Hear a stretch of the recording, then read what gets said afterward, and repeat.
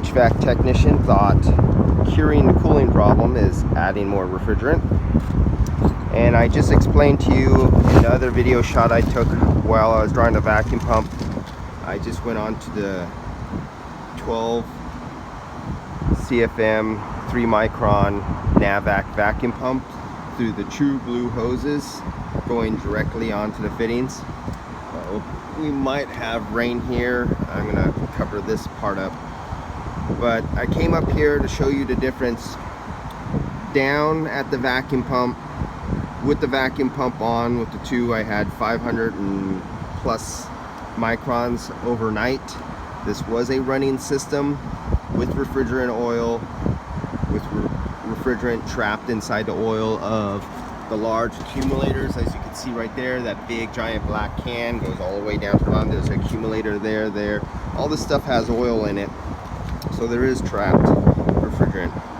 Now I'm up here, even though I just put these in, it won't show the exact micron reading, but right now we're down to around 1,000 microns. The vacuum pump is running down at the other end of the building, at the very end, the tail of this refrigerant line here. Then it drops down in the roof there, and then it comes back down under my feet right here where I am. This is the hallway where the refrigerant line comes through, and the refrigerant line goes all the way over to about there. And my vacuum pump, I believe, is located somewhere right around here. So underneath this roof, where you've seen me with the ladder, my vacuum pump is located here. There is 7 one-ton air handlers in this area right here, in that square area. There's a little tiny 1-ton air handler there. Then there's another room underneath these 2 Panasonic ECOi Is. There's another room, and there's 6 1-ton air handler heads inside that room.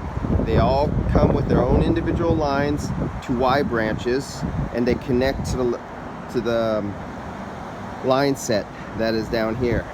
Then those 6 continue on to about this part of the roof. Then there's another room, and there's 2 equal sized rooms over there where that LG is. Somewhere here there's a wall. There's a 54,000 BTU and a 48,000 BTU air handler in this room. They come over to the line set, meet to the line set. Then going over to this room, exact identical. There's a 58,000 and a 48,000 BTU ahead coming to this line set, right, and attaching to the Y splits right here. Then they all come right here, and they come straight up into this line, and they go back to the 2 Panasonic ECOi Is.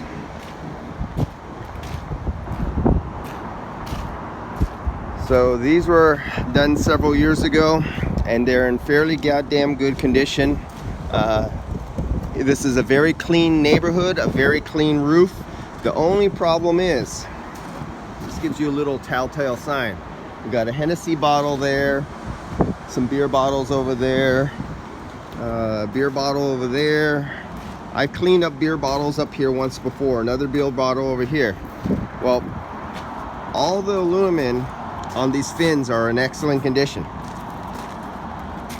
except right here in this one little area. Now this is important to see for you guys who get ground units and somebody's neighbor. You've seen this before.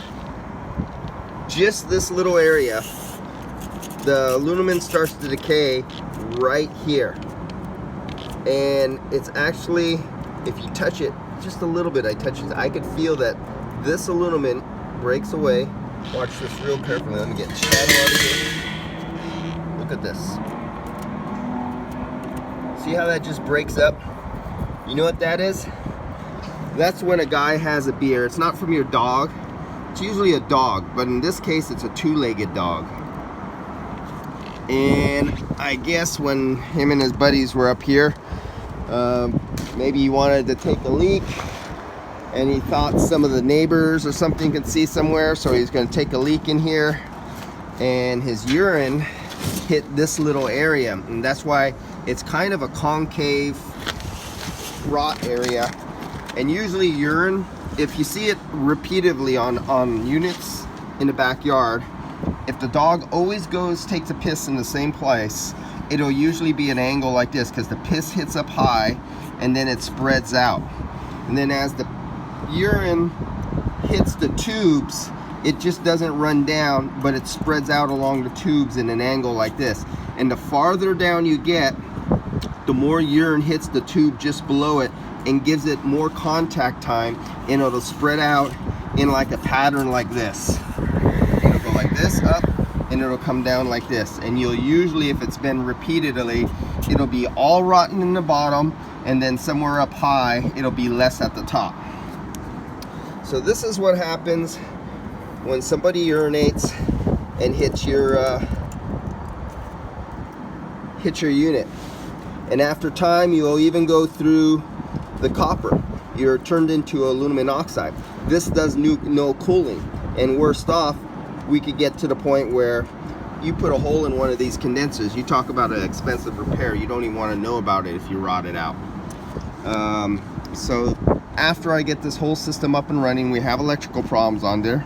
Remember, the technician who added this 20+ pounds of refrigerant in there, because he had 9 plugged air filters on air handlers, 1 dead motor on an air handler, and he decided to get it colder, he was going to dump more refrigerant in it.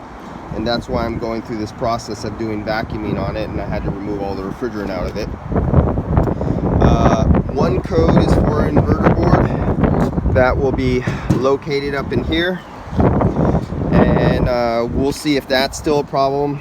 Another will be either the board or a motor down at the air handler. Those are minor things. Those could have been taken care of so easily instead of doing this. And I'm on day 3 or day 4 on this job of pulling out a refrigerant. This was so grotesquely overcharged. I've never had anybody do this on any of my installations. I sold these units, I installed these units, my son did most of the work. This is our baby. When you are the owner and you are the installer, you're the salesman, you're the engineer, you're the load calculator. I'm married to these units for the next 20 years. I look at my customers' units when I sell them. These are my units. They don't belong to my customer. Even though they paid for them, I treat them as they're mine. And to have somebody come out and do what this guy did to my units and cause my customer this much loss in money and time and take me off of an installation. Right now, I'm supposed to be doing an installation for somebody, but instead, I'm scooping up somebody's dog doo-doo just to get my units back up and running and give this customer working AC again. There are several other places connected to this, and I've done many of the units for them on other jobs. It's long overdue, and now I know I'm going to neutralize the acid. And looking at the coils, looking deep inside the coils, let's see if I can actually see it, and I can focus, and we try to get inside. It is several years old, and it is pretty damn clean. So I'll easily be able to get away with a light cleaning. I think it's time for me to put a coil coating on here. They make a coil. I think I'll do a treatment on here where I actually coat the aluminum, neutralize that, get rid of the bad aluminum down there. Do a flush from the inside out. If you look at the inside, it's pretty damn clean in here. This is San Francisco, so we're in a clean area. There's no major manufacturing. There's no greasy restaurants next door or anything like that. And this is one of the highest buildings in the neighborhood, so nobody's chimneys or exhaust can flow over these condensers. They're very lucky. And oh, another thing, always keep, every time you take out a service valve on a fitting, when you're taking off of a line set or a ball valve and the system's several years old, don't reuse the old one. Always replace them with new ones. You always can tell the guys who don't, because when you go into their tool carts or you see them, they never have extras. And use a little nylog on stuff, that always helps. I think that's about what I can say for this one up here. Oh, the LG unit, that was an emergency put in one time, last minute.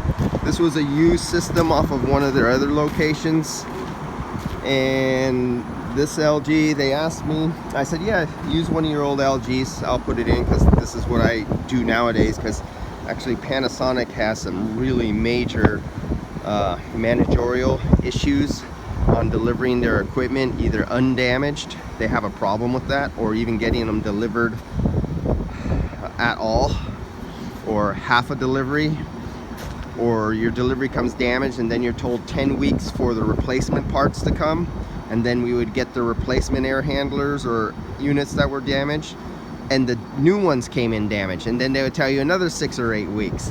So you tell you're not going to use a company like that no more.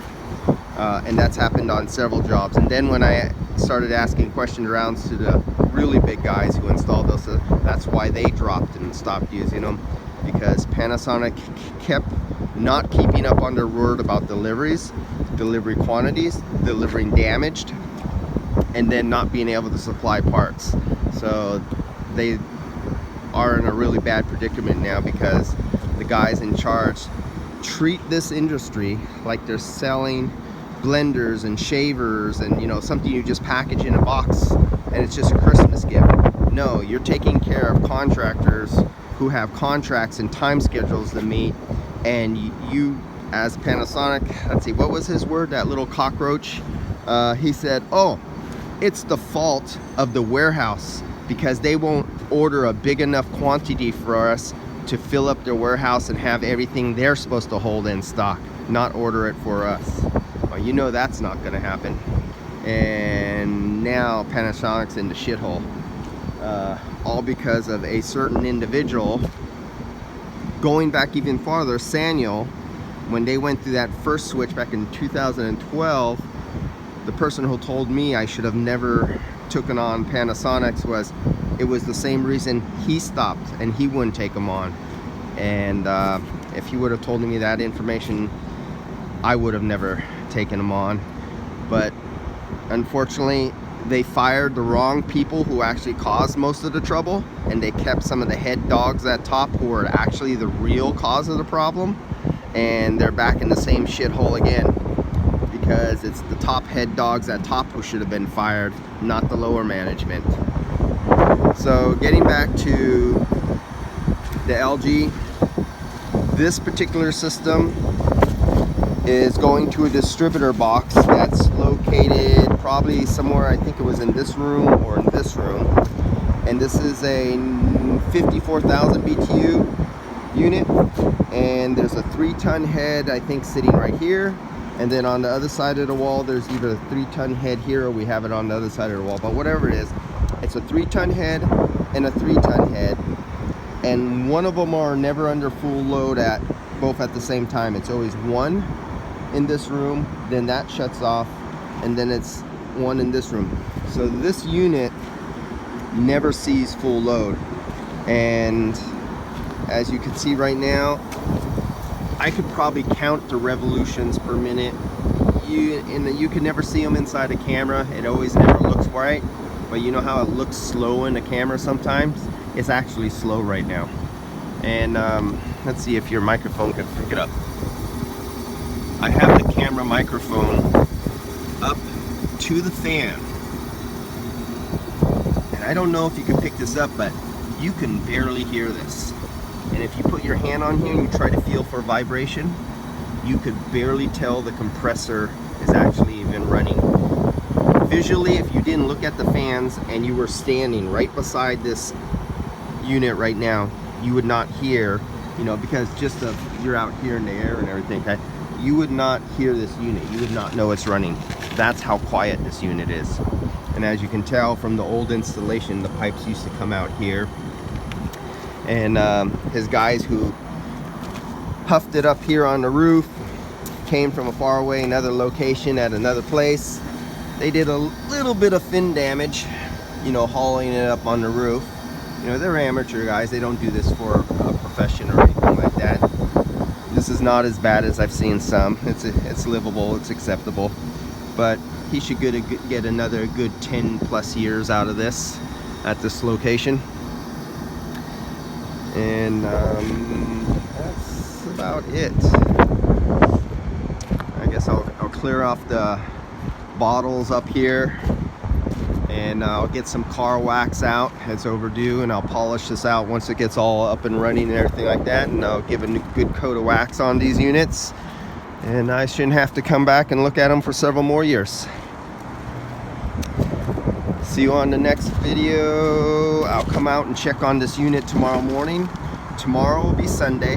Today is Saturday. I'll come out, I'll do a preliminary check. This is staying on. I'm not supposed to be working today, and but I just wanted to do the hose changeover. I'll check on this on Sunday, and then on Monday we'll fill this system back up, and I'll sign off right here and talk to you guys tomorrow.